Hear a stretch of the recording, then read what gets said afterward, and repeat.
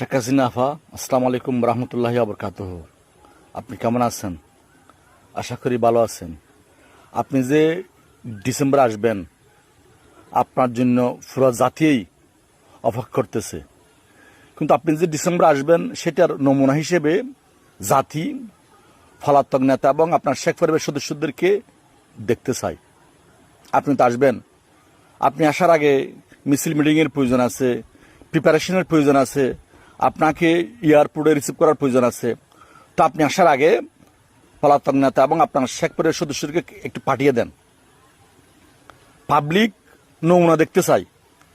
আপনি যে আসবেন সেটার নমুনা হিসেবে আপনি আগে পলাতক নেতা এবং আপনার শেখ পরিবারের সদস্য, বিশেষ করে শেখ তাপস, শেখ সেলিম, তন্ময়, ওদেরকে একটু পাঠিয়ে দেন।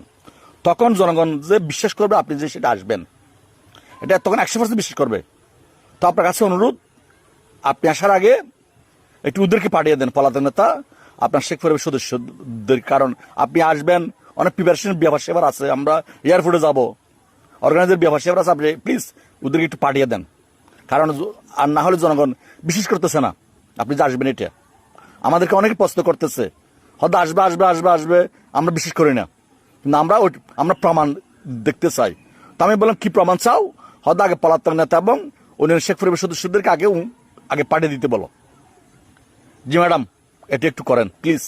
আসসালামু আলাইকুম।